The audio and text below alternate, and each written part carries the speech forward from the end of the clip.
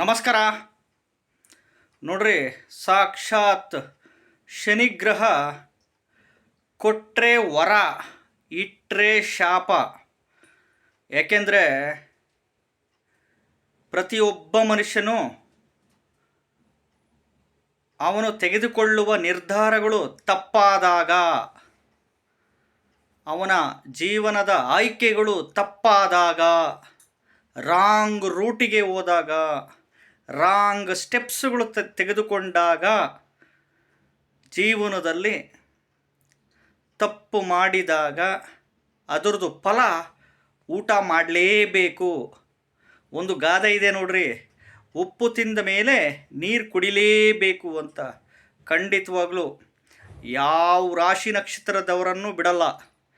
ಯಾವಾಗ ಅರ್ಧಾಷ್ಟಮ ಶನಿ, ಪಂಚಮ ಶನಿ, ಅಷ್ಟಮ ಶನಿಕಾಟ, 7.5-7.5 ವರ್ಷ ಶನಿಕಾಟ ನಡೆಯುವ ಸಂದರ್ಭದಲ್ಲಿ ನೀವೇನು ಮಾಡಿರ್ತೀರ ಪ್ರೀವಿಯಸ್ಸು, ಅದರದ್ದು ಫಲಗಳು ಈ ಸಂದರ್ಭಗಳಲ್ಲಿ ಖಂಡಿತವಾಗ್ಲೂ ಮನುಷ್ಯ ಊಟ ಮಾಡಲೇಬೇಕು. ಸಾಕಷ್ಟು ಜನಗಳು ಈ ಶನಿಕಾಟ ಏನೂ ಇಲ್ಲ, ಅರ್ಧಾಷ್ಟಮ ಶನಿಕಾಟ ಇಲ್ಲ, ಪಂಚಮ ಶನಿಕಾಟ ಇಲ್ಲ, ಅಷ್ಟಮ ಶನಿಕಾಟ ಇಲ್ಲ, 7.5 ವರ್ಷ 7.5 ಶನಿಕಾಟ ಇಲ್ಲ, ಇವೆಲ್ಲ ಸುಳ್ಳು ಅಂತಂದ್ಬಿಟ್ಟು ಹೇಳ್ತಾ ಇರ್ತಾರೆ. ನಿಮ್ಮ ಜೀವನಕ್ಕೆ ಅನುಭವ ಆದಾಗ ಮಾತ್ರ ನೀವು ಒಪ್ಕೊಳ್ಲಿಕ್ಕೆ ಸಾಧ್ಯ. ಅರ್ಥ ಆಯ್ತಾ?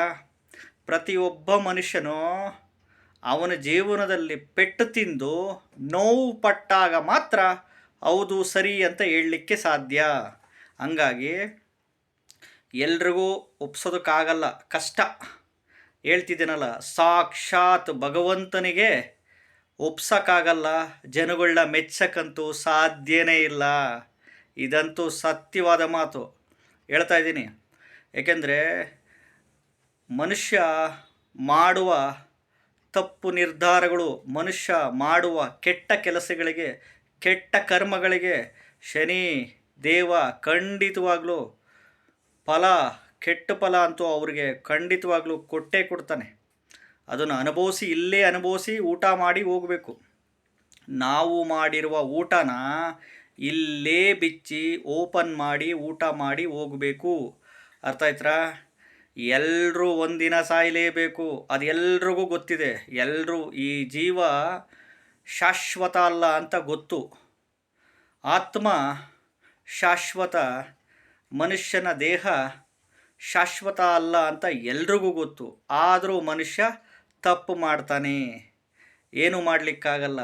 ಸ್ವಯಂಕೃತ ಅಪರಾಧಗಳು ಮಾಡ್ಕೊಂಡಾಗ, ಹೇಳಿಕೆ ಮಾತುಗಳು ಕೇಳಿ ಜೀವನದಲ್ಲಿ ತಪ್ಪು ಮಾಡಿದಾಗ, ನಾನು ಮಾಡಿದ್ದೇ ಸರಿ ಅಹಂಕಾರ ದುರಹಂಕಾರದಲ್ಲಿ ಮೆರೆದಾಗ ಮನುಷ್ಯ ಊಟ ಮಾಡಲೇಬೇಕು. ಅದಕ್ಕೆ ಹೇಳ್ತಿರೋದು, ನೀವು ಮಾಡುವ ಉದ್ಯೋಗದಲ್ಲಿ, ನೀವು ಮಾಡುವ ವ್ಯಾಪಾರದಲ್ಲಿ, ನೀವು ಮಾಡುವ ಕೃಷಿ ವ್ಯವಸಾಯದಲ್ಲಿ, ರಾಜಕೀಯದಲ್ಲಾಗ್ಬೋದು, ಚಿತ್ರರಂಗದಲ್ಲಿ ಆಗ್ಬೋದು, ಫಿಲ್ಮ್ ಲ್ಯಾಂಡಲ್ಲಿ ಇರ್ಬೋದು, ಯಾವುದೇ ಕ್ಷೇತ್ರದಲ್ಲಿ ಆದರೂ ಅಷ್ಟೇ, ನೀವೇನು ಒಳ್ಳೆಯ ಕೆಲಸ ಮಾಡ್ತಿರೋ ಶನಿಗ್ರಹ ಅಷ್ಟು ಒಳ್ಳೆಯ ಫಲ ಕೊಡ್ತಾನೆ. ನೀವೇನು ಕರ್ಮಗಳು ಮಾಡ್ತಿರೋ ಅದರದ್ದು ಇಲ್ಲೇ ಊಟ ಮಾಡಿ ಹೋಗಬೇಕು. ಎಷ್ಟೋ ಜನ ಅಂತಿರ್ತಾರೆ, ನಾವೇನು ಮಾಡಿಲ್ಲ, ನಾವೆಲ್ಲ ಒಳ್ಳೇದು ಮಾಡಿದ್ದೀವಿ, ನಾವು ಪಾಪಗಳೇ ಮಾಡಿಲ್ಲ, ಎಷ್ಟೋ ಜನಗಳಿಗೆ ದಾನ ಧರ್ಮ ಮಾಡಿದ್ದೀವಿ, ನಾವು ಹಂಗೆ ಮಾಡಿದ್ದೀವಿ, ನಮಗೆ ಯಾಕೆ ಬಂತು ಕರ್ಮ ಅಂತ ಅಂತಿರ್ತಾರೆ.